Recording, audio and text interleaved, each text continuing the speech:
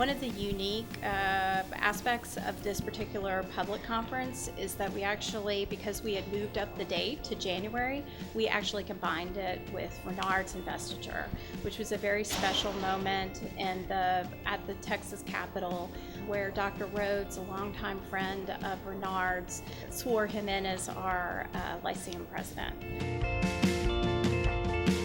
He is a man of integrity, he's a man of honesty, but he is a man who is really passionate about his community, about the state of Texas, but about the country too. And he finds ways that he can give back. This weekend is going to be a great weekend because it's our 31st public conference. And this conference will talk about the conflicts that exist between the local, state, and federal government. The conflicts that exist in there and what we can do to improve on those conflicts. I think one of the challenges of coming up with the right topic for the Texas Lyceum is kind of looking at a common theme that's going to cover a wide variety of issues, particularly when you're at the start of the legislative session. We planned these conferences about 6 months to a year ago, and we were kind of looking at something that would actually challenge and bring the conversation up to a higher level. So we got a little philosophical with this conference.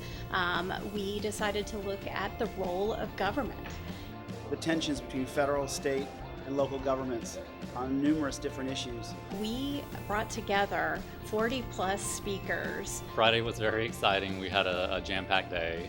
We started out with a very kind welcome from Austin's Mayor Adler, who was happy that the Lyceum was back in Austin, especially because we're at the onset of session, which made this conference especially meaningful because a lot of the ideas discussed on stage have a possibility to impact legislation moving forward. This is an incredibly timely subject, being considered at the epicenter of the issue. We kicked off the conference with a very engaging conversation with 4 legislators, a senator and a representative on each side. The way that they kind of framed the issue is that local control, where government knows best if it's closest to the people, or is it an impingement on personal freedoms or liberty? Lively discussion touched on a lot of different issues. Local control is not a blank check. And it's too often that local control is talking about, really what we're talking about is more local government, more government. And I like to think local control is more about local liberty, because our economic liberty, our personal liberty is the most important thing that we do as legislators. So that was state level. The next panel was led by the Texas Municipal League, mainly at the local level. From their perspective, having state governments influence what they're trying to do. The real power in Texas is local cities, local control. Each community decides the direction they want to take the community in. And that's really the strength of Texas, unlike most other states. And that's why so many companies are moving here. So I would just say, really allow the citizens, the local citizens, to make those choices. Almost every topic asks for a solution. So there's a challenge and a solution. So if it's ride sharing, should it be a personal individual liberty? And if a customer decides that they want to take a ride sharing company, is it up to them, or should the local government or the state government set those kind of consistent policies? You had federal officials, state officials, and local officials all here at the audience, all part of the Lyceum. And it's really great to see that every single one of them cares deeply about their own individual community. All politics is local, and that's clearly here. This audience cares a lot about their local communities, and it's fun to see that come across as part of the audience. I want everyone to understand that although we may be different parts of government, we all work together for our constituents and for the people we represent. So though we have different roles and different perspectives on things, at the end of the day, we all do come together and try to work on behalf of the people we represent. A little later in the morning, it was my big honor to introduce Houston's Mayor Sylvester Turner.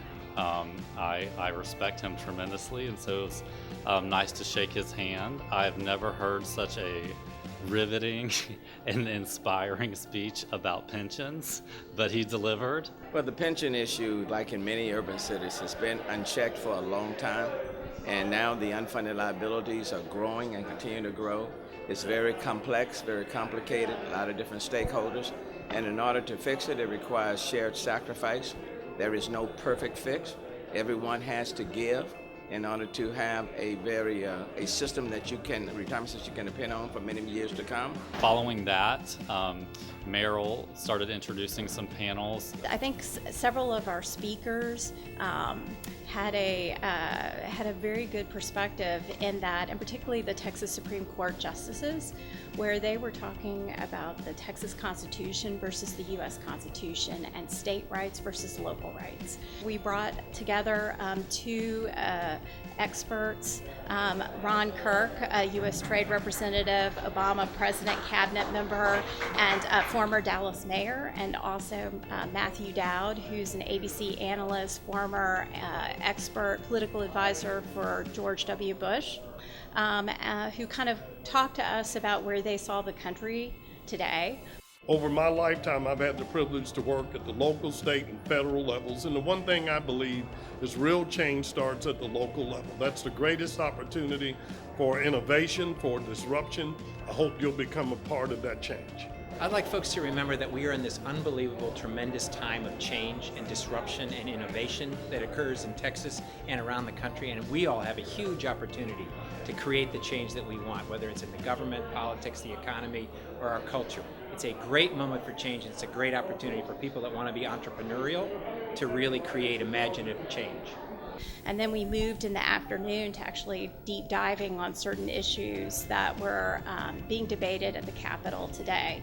So it was sanctuary cities. You have a diverse group of folks here that may have differing opinions on local, state, and federal issues. You know, I think that the dialogue and the communication that we all have has got to be consistent. It's got to be with respect and courtesy, and just accept everybody else's opinions. Texas is unique around the world about getting it right. I think as we think about moving forward, maintain that balance of our state government, our local government, being the types of government that is a partner with private industry, not an antagonist. We can work together and protect our environment, protect jobs all at the same time. In the afternoon, we were honored to have a fantastic education panel with former U.S. Secretary of Education, Margaret Spellings. The future of Texas will be defined by how well we educate our students. And we have to have high expectations for every single one of them. And we have to hold ourselves accountable for that big objective. And that means we need to measure, we need to have transparency, we need to engage parents. But the top line is, we believe every child can learn to high levels, and we believe we ought to hold ourselves accountable for that objective and invest around that goal. The liveliest discussion of the day was on Senate Bill 6, also known as the bathroom bill. It was tough. I mean, there's a lot of emotions involved in that dialogue. It's hard to just keep the conversation contained with policy considerations. It was a very thoughtful dialogue, but heated. Heated because of the emotions involved.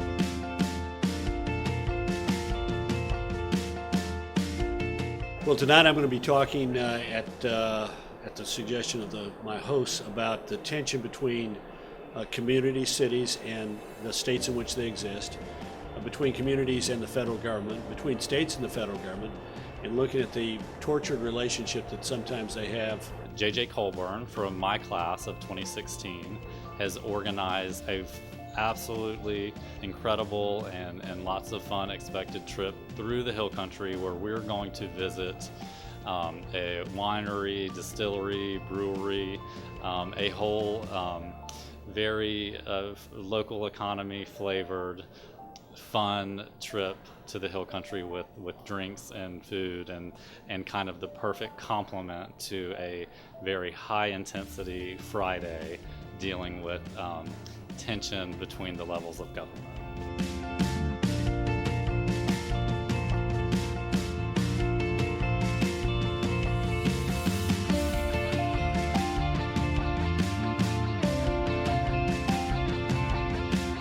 that is what makes truly the Lyceum experience special. We're all volunteers, and we all come together to create this one moment in time to explore a topic that is so important to our state.